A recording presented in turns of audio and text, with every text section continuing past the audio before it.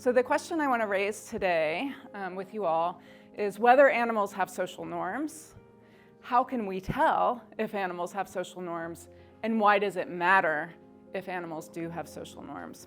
What they're meant to do is offer a tool that will allow us to investigate a few behaviors that we see in non-human animal societies, but also allow us to investigate behaviors in human societies as well.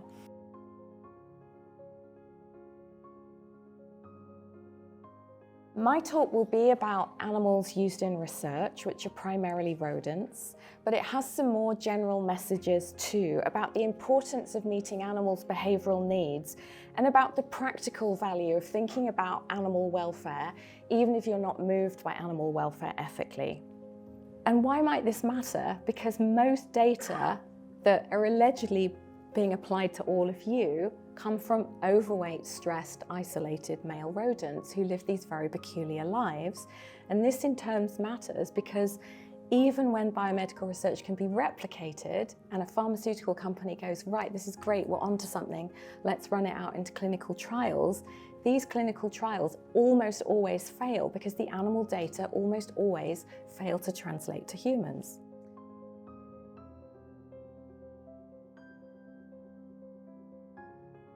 It's kind of a hybrid between education, so telling people about climate consequences, and also choice architecture, because it's placing this message right above the meat dish, so you see it right as you're making that choice. It's very convenient.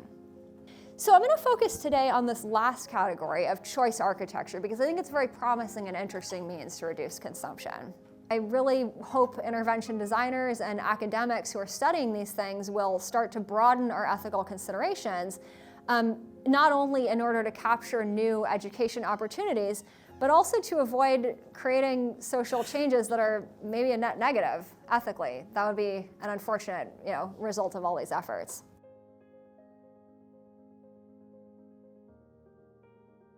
I explore the significance of animal dreaming using a combination of scientific research on animal cognition as well as philosophical analysis. And this is a basic principle of behaviorist psychology, that the mind of animals is a dead end from the beginning.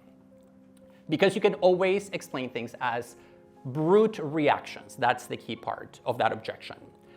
And the thing about dreams is that because dreams are already clearly divorced from the external world by the physiology of sleep, the fact that our eyes are closed, we recede into this inner sanctuary, that kind of objection becomes unsustainable, right? So when an animal is dreaming of singing its song or is dreaming of traveling a maze, it's very difficult to make the argument that they're just mechanically reacting to the demands of the external world, because that's the whole point. They're not responding to the external world at all.